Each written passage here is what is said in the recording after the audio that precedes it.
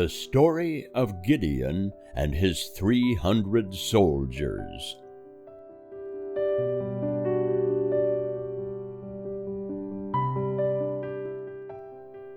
At last the people of Israel came into the promised land, but they did evil in the sight of the Lord in worshipping Baal, and the Lord left them to suffer for their sins. Once the Midianites, living near the desert on the east of Israel, came against the tribes. The two tribes that suffered the hardest fate were Ephraim and the part of Manasseh on the west of Jordan. For 7 years the Midianites swept over their land every year, just at the time of harvest, and carried away all the crops of grain, until the Israelites had no food for themselves, and none for their sheep and cattle. The Midianites brought also their own flocks and camels without number, which ate all the grass of the field. The people of Israel were driven away from their villages and their farms, and were compelled to hide in the caves of the mountains. And if any Israelite could raise any grain, he buried it in pits covered with earth, or in empty wine presses where the Midianites could not find it. One day a man named Gideon was threshing out wheat in a hidden place, when he saw an angel sitting under an oak tree.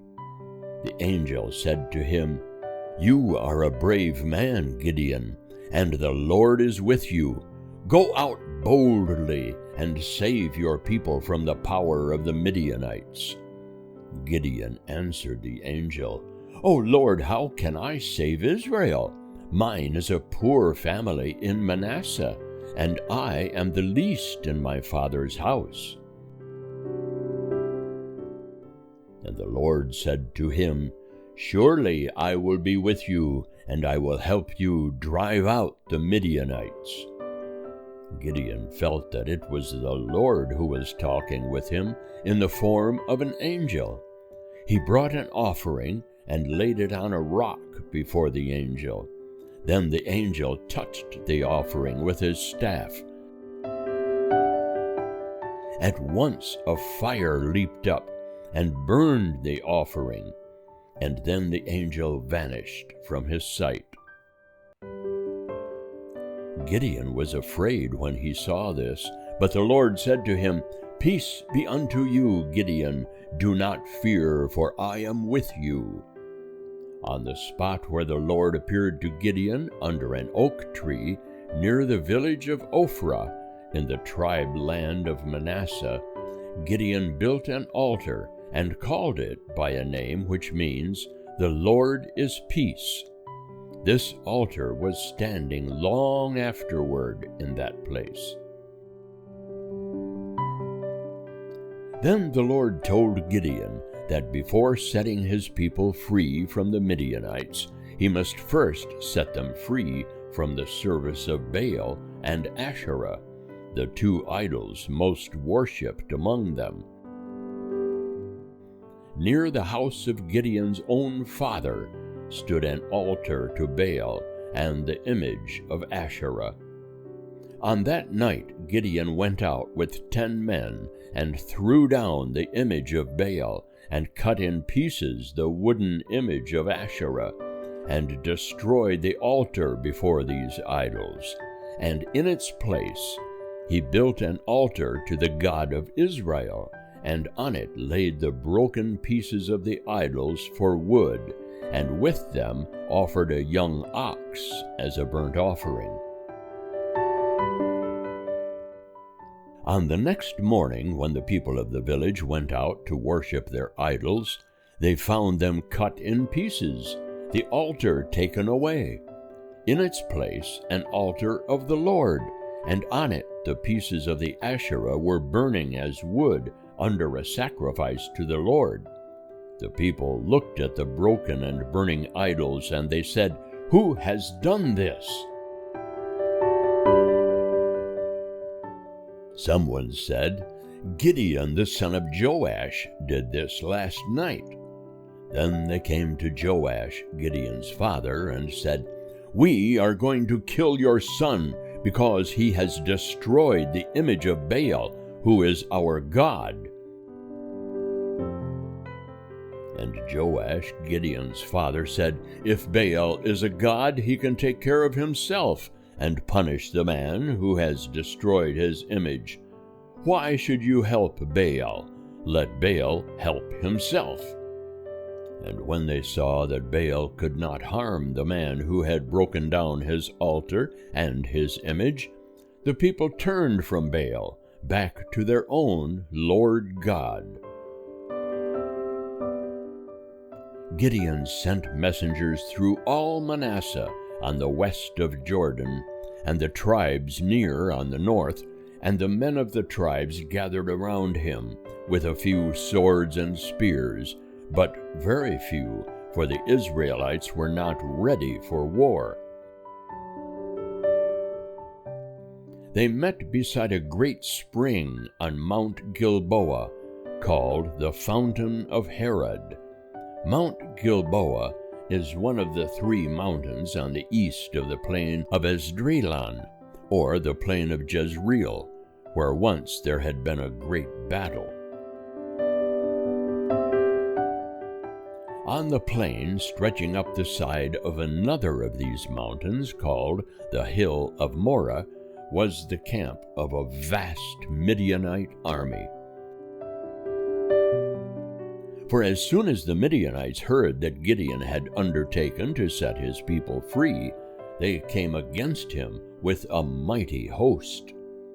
Gideon was a man of faith. He wished to be sure that God was leading him, and he prayed to God and said, "O Lord God, give me some sign that thou wilt save Israel through me. Here is a fleece of wool on this threshing floor. If tomorrow morning the fleece is wet with dew, while the grass around it is dry, then I shall know that thou art with me, and that thou wilt give me victory over the Midianites."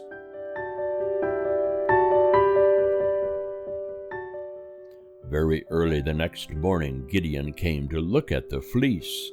He found it wringing wet with dew, while all around the grass was dry. But Gideon was not yet satisfied. He said to the Lord, "O Lord, be not angry with me, but give me just one more sign. Tomorrow morning let the fleece be dry, and let the dew fall all around it, and then I will doubt no more." The next morning Gideon found the grass and the bushes wet with dew, while the fleece of wool was dry. And Gideon was now sure that God had called him, and that God would give him victory over the enemies of Israel.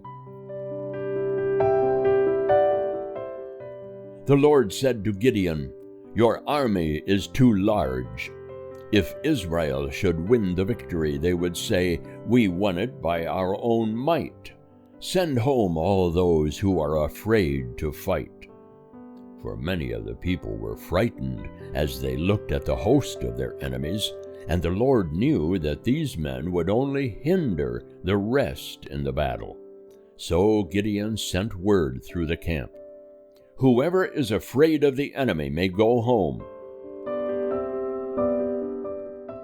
And 22,000 people went away, leaving only 10,000 in Gideon's army. But the army was stronger, though it was smaller, for the cowards had gone, and only the brave men were left. But the Lord said to Gideon, "The people are yet too many. You need only a few of the bravest and best men to fight in this battle. Bring the men down the mountain past the water, and I will show you there how to find the men whom you need." In the morning, Gideon, by God's command, called his 10,000 men out and made them march down the hill, just as though they were going to attack the enemy. And as they were beside the water, he noticed how they drank, and set them apart in 2 companies, according to their way of drinking. When they came to the water, most of the men threw aside their shields and spears, and knelt down and scooped up a draught of the water with both hands together like a cup. These men Gideon commanded to stand in 1 company.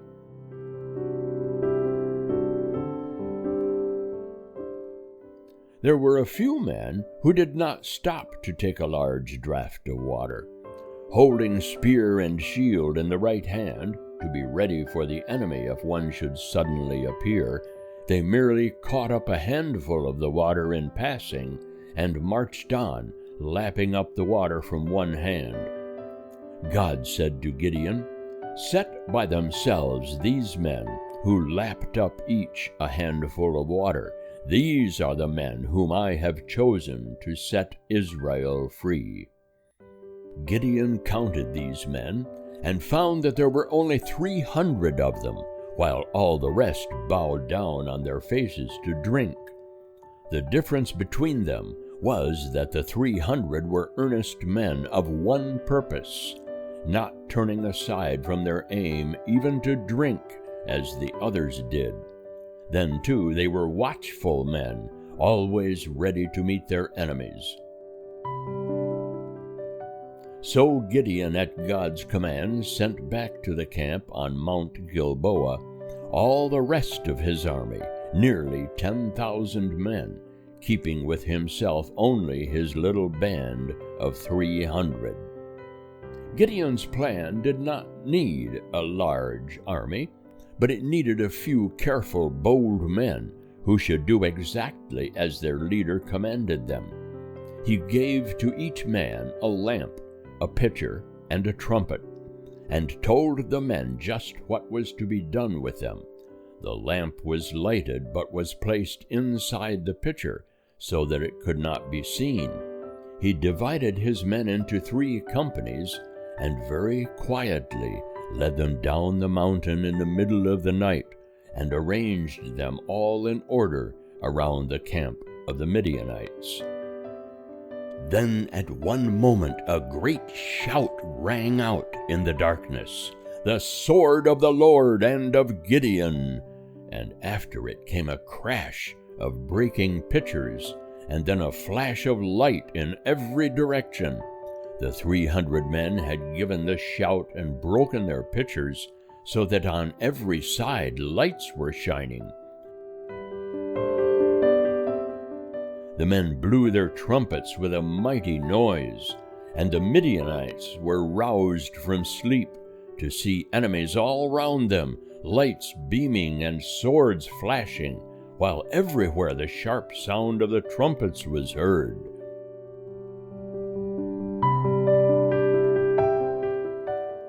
They were filled with sudden terror, and thought only of escape, not of fighting. But wherever they turned, their enemies seemed to be standing with swords drawn. They trampled each other down to death, flying from the Israelites. Their own land was in the east across the river Jordan, and they fled in that direction, down one of the valleys between the mountains. Gideon had thought that the Midianites would turn toward their own land, if they should be beaten in the battle, and he had already planned to cut off their flight. The 10,000 men in the camp he had placed on the sides of the valley leading to the Jordan. There they slew very many of the Midianites as they fled down the steep pass toward the river. And Gideon had also sent to the men of the tribe of Ephraim, who had thus far taken no part in the war, to hold the only place at the river where men could wade through the water. Those of the Midianites who had escaped from Gideon's men on either side of the valley were now met by the Ephraimites at the river, and many more of them were slain. Among the slain were 2 of the princes of the Midianites, named Oreb and Zeeb. A part of the Midianite army was able to get across the river and to continue its flight toward the desert. But Gideon and his brave 300 men followed closely after them, fought another battle with them, destroyed them utterly, and took their 2 kings, Zebah and Zalmunna, whom he killed. After this great victory, the Israelites were freed forever from the Midianites. They never again ventured to leave their home in the desert to make war on the tribes of Israel. After this, as long as Gideon lived, he ruled as judge in Israel. The people wished him to make himself a king. "Rule over us as king," they said, "and let your son be king after you, and his son king after him." But Gideon said, "No, you have a king already. For the Lord God is the King of Israel. No one but God shall be king over these tribes." Of all the 15 men who ruled as judges of Israel, Gideon, the 5th judge, was the greatest in courage, in wisdom, and in faith in God.